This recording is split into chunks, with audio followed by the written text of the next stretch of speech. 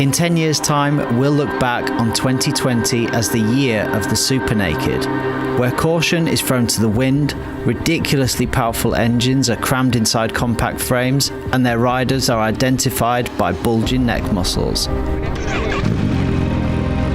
This test puts two of the biggest contenders head to head.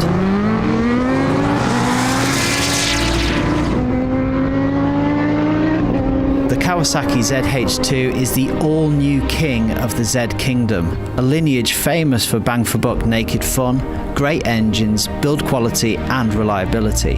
The Zh2 reigns over them all. A 1000cc supercharged inline-4 with 200 PS and 101 foot-pounds of torque, using forced induction to send this ship into warp speed.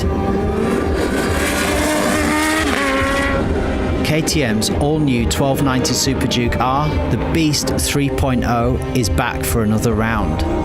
Refined, tweaked, and in a more athletic form, the Beast's bite is sharper than ever. The SuperDuke's 1300cc V-twin delivers 180 horsepower and 103 foot-pounds of pure muscle and weighs 189 kilos dry. And spoiler alert, both of these bikes have got enough power to take your head clean off. So, Ollie, we're at the airfield and we are going to work out which one of these Super Nakeds is faster. So I'm thinking like 0 to 100 or 0 to 130, what do you think? Yeah, 0 to 130, I think they've got quite high top speed, so I think that's a generous. And then roll on, I was thinking like 40 through to 120, third, fourth, fifth and sixth gear. Yeah, through the box. Yeah, it sounds really good. I think that'll be a good comparison, to be honest. And who's your money on? I haven't ridden both of them. I know that thing is an absolute torque monster. The SuperDuke is just unreal. You know, it's got 140 Newton meters torque, 180 horsepower, sitting at around 200 kilos.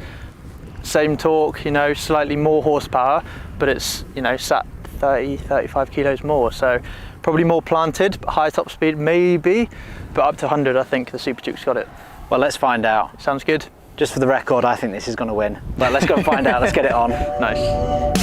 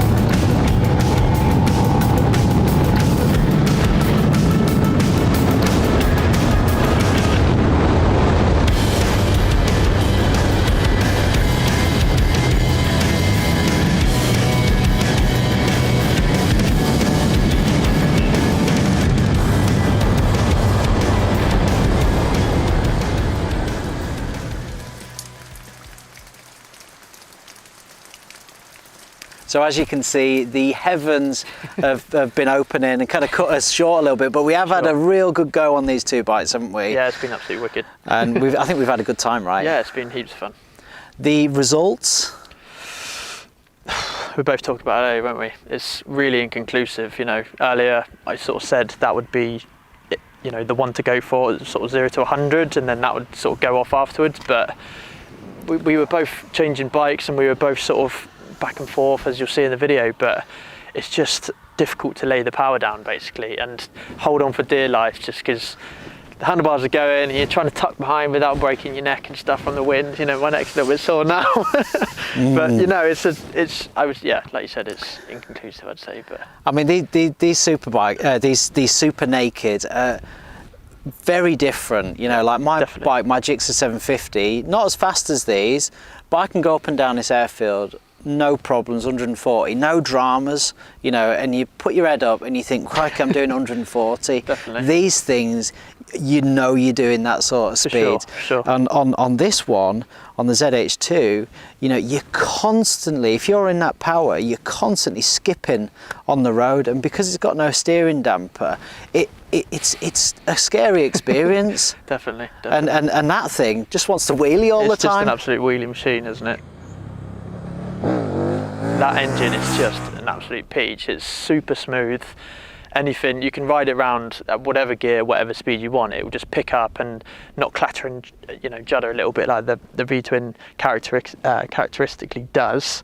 But, you know, on third gear roll on, that eats up for breakfast. But fourth, fifth, sixth, that is just it's gone, gone straight away. It's a really flexible motor. Definitely. So I think the 0 to 130, pretty inconclusive, probably a bit more to do with the rider and a bit more to do with how much guts you've got, how much balls you've got basically.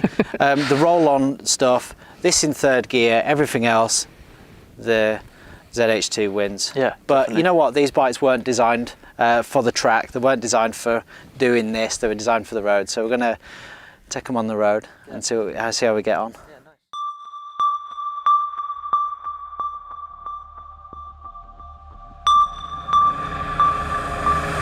The ZH2 shines on the road. Wherever and whenever fast and smooth progress is the aim, the silky smooth and powerful engine combined with a rock-solid chassis and adjustable shower suspension, soaking up any uneven road surfaces.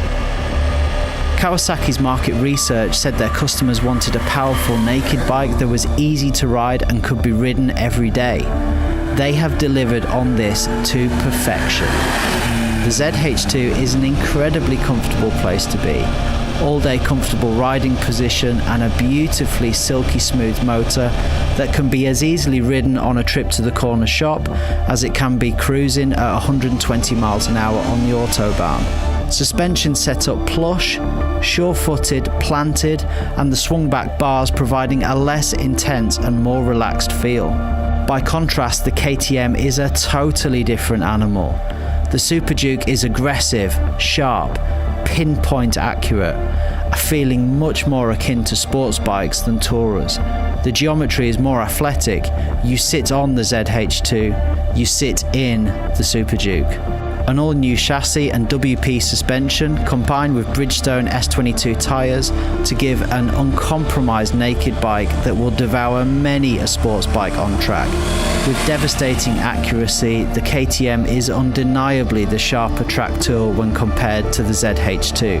And the brakes, no quicker than your eyes have been repositioned from the back of your skull, that they are at risk of flying out entirely the other way. Brembo Stylema calipers being the culprit, delivering what feels like fork-bending levels of stopping power. And this is where the differences start to show.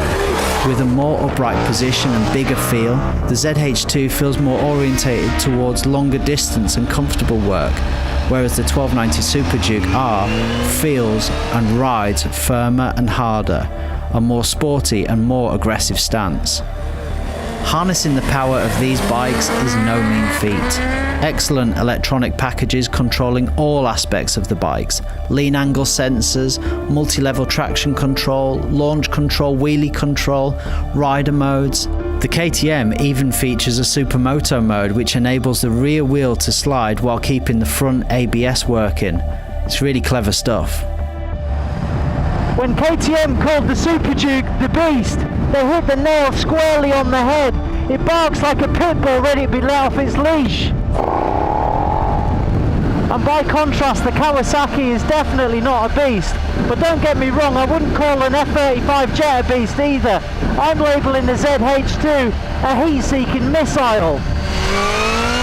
By definition, naked bikes are motorcycles with the fairings removed, and depending on which side of the fence you sit on, it can be, well, a bit awkward looking. The SuperDuke is angular, its razor-sharp lines bringing beauty to the beast. The classic KTM orange carefully mixed with blue, and it works. That single-sided swing arm is a thing of beauty, and the feel of the build quality is nothing short of brilliant. The Sagomi styling of the ZH2 is arguably less beautiful than the Duke, its powerful front end blunt in comparison at first glance, and the fine details don't shout premium in the same way that the Duke's does. But beauty is often found somewhere between chaos and order, and with the Z, it's about discovering new angles and line work that you may have not first seen.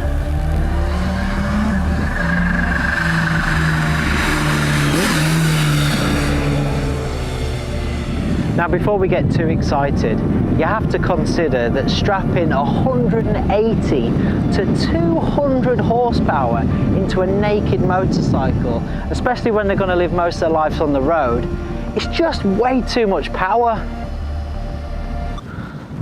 Oh, scrap that, I don't even know why I wrote it.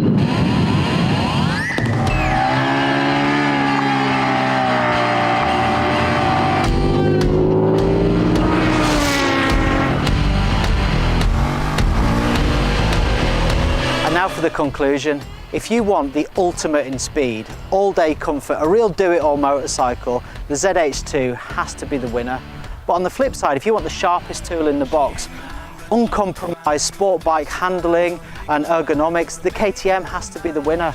Think of it like Michael Jordan versus Usain Bolt. They're both winners, they're just playing slightly different sports. And with these two super nakeds, whichever one you choose, it's going to be for different reasons. And you literally cannot lose. With that in mind, we're going to flip a coin. Right, I'll take the SuperDuke then, heads. You got tails. Heads it is, you take the Kawasaki, mate. Happy days. Let's do it. Let's do it.